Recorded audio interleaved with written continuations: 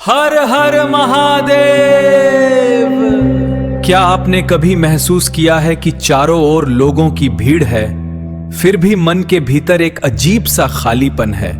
क्या कभी ऐसा लगा कि कोई आपको समझता नहीं, आपकी बातें सुनता नहीं और आप धीरे धीरे स्वयं से भी दूर होते जा रहे हैं?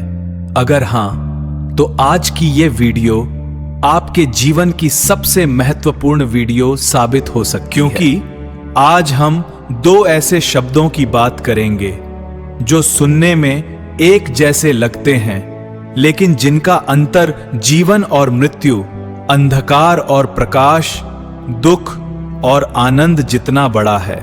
ये दो शब्द हैं अकेलापन और एकांत।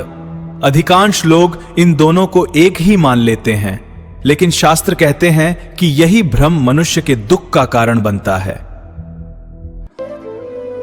अकेलापन इंसान को भीतर से तोड़ देता है, जबकि एकांत इंसान को भीतर से जोड़ देता है। अकेलापन आपको दुनिया से दूर करता है, जबकि एकांत आपको परमात्मा के पास ले जाता है। आज हम जानेंगे अकेलापन क्या है, एकांत क्या है। भगवान शिव और श्री कृष्ण, बुद्ध और हमारे ऋषियों ने एकांत को क्यों चुना? और सबसे महत्वपूर्ण, अगर आप आज अकेलेपन से गुजर रहे हैं तो उसे शक्ति में बदल सकते हैं। वीडियो को अंत तक अवश्य देखिए, क्योंकि अंतिम भाग में मैं आपको कुछ ऐसे उपाय बताऊंगा जो आपकी जीवन की दिशा बदल सकते हैं। अकेलापन क्या है? सबसे पहले हमें समझना होगा कि अकेलापन वास्तव में है क्या।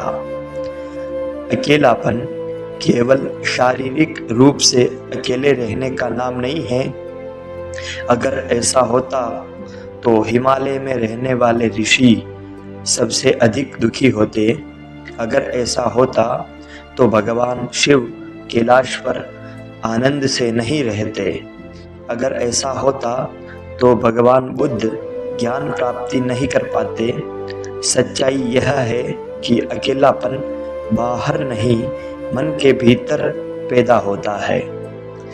जब हमें लगता है कि कोई हमारा नहीं है, कोई हमें समझता नहीं, कोई हमारी भावनाओं की कद्र नहीं करता, तब मन अकेला होने लगता है। धीरे धीरे यही भावना इतनी गहरी हो जाती है कि व्यक्ति भीड़ में भी अकेला महसूस करता है। आज आधुनिक जीवन में यही सबसे बड़ी समस्या बन चुकी है। जिसके पास हजारों फॉलोअर्स हैं, सैकड़ों कॉन्टैक्ट हैं, दिन भर मोबाइल हाथ में रहता है, लेकिन रात को तकिए पर सिर रखते ही मन पूछता है, क्या सच में मेरा कोई है? यही अकेलापन है। अकेलापन क्यों बढ़ रहा है? आज मनुष्य पहले से अधिक सुविधाओं में जी रहा है, लेकिन शांति पहले से काफ़ी कम है। पहले परिवार साथ बैठकर भोजन करता था, आज एक ही घर में 4 लोग हैं, लेकिन चारों अलग अलग मोबाइल में व्यस्त हैं। पहले दुख बांटे जाते थे, आज दुख छिपाए जाते हैं। पहले मित्र मिलकर बातें करते थे, आज लोग केवल स्टेटस देखते हैं। यही कारण है कि बाहरी जुड़ाव बढ़ा है, लेकिन आंतरिक जुड़ाव कम हो गया है। शास्त्र क्या कहते हैं इस बात पर? श्रीमद् भगवत गीता ने भगवान श्री कृष्ण बार बार मन पर नियंत्रण की बात करते हैं। वे कहते हैं कि मन ही मनुष्य का मित्र है और मन ही उसका शत्रु भी। मन बाहरी अपेक्षाओं में फंस जाता है, तब अकेलापन जन्म लेता है। लेकिन जब वही मन आत्मा की ओर मुड़ जाता है, तब वही एकांत बन जाता है। यही कारण है कि सभी महापुरुष अपने मन को समझाते हैं। यही एक उदाहरण की बात हम करते हैं। मान लीजिए दो व्यक्ति एक ही पार्क में बैठे हैं। पहला व्यक्ति उदास है, वह सोच रहा है कोई मुझे फोन क्यों नहीं करता, कोई मेरी परवाह क्यों नहीं करता। उसका शरीर पार्क में है लेकिन मन दुख में डूबा हुआ है। दूसरा व्यक्ति उसी पार्क में बैठा है, उसने मोबाइल बंद कर दिया है, वह पक्षियों की आवाज सुन रहा है तथा प्रकृति की महसूस कर रहा है और भगवान का स्मरण कर रहा है।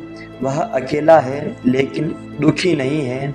यही अंतर है, पहले व्यक्ति अकेलेपन में है और दूसरा व्यक्ति एकांत में है।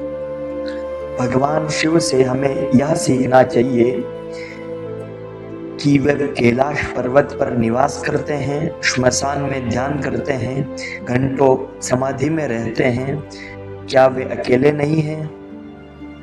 क्योंकि उनका मन पूरे ब्रह्मांड से जुड़ा है। जो परमात्मा से जुड़ गया उसे संसार की भीड़ की आवश्यकता नहीं रहती। इसीलिए शिव हमें सिखाते हैं एकांत कमजोरी नहीं, सबसे बड़ी शक्ति है। एकांत मजबूरी नहीं, सबसे बड़ी उन्नति है। दोस्तों, अब तक हमने समझा कि अकेलापन मन की पीड़ा है जबकि एकांत आत्मा की शांति है।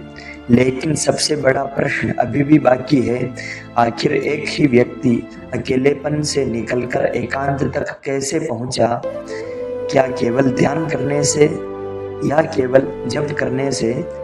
इसके पीछे कोई गहरा आध्यात्मिक रहस्य तो नहीं छिपा हुआ है? इन्हीं प्रश्नों को लेकर हम भाग सेकंड में जानेंगे, जहां हम शास्त्रों, मनोविज्ञान और जीवन के वास्तविक उदाहरणों के माध्यम से समझेंगे एकांत मनुष्य को महान क्यों बना देता है। धन्यवाद।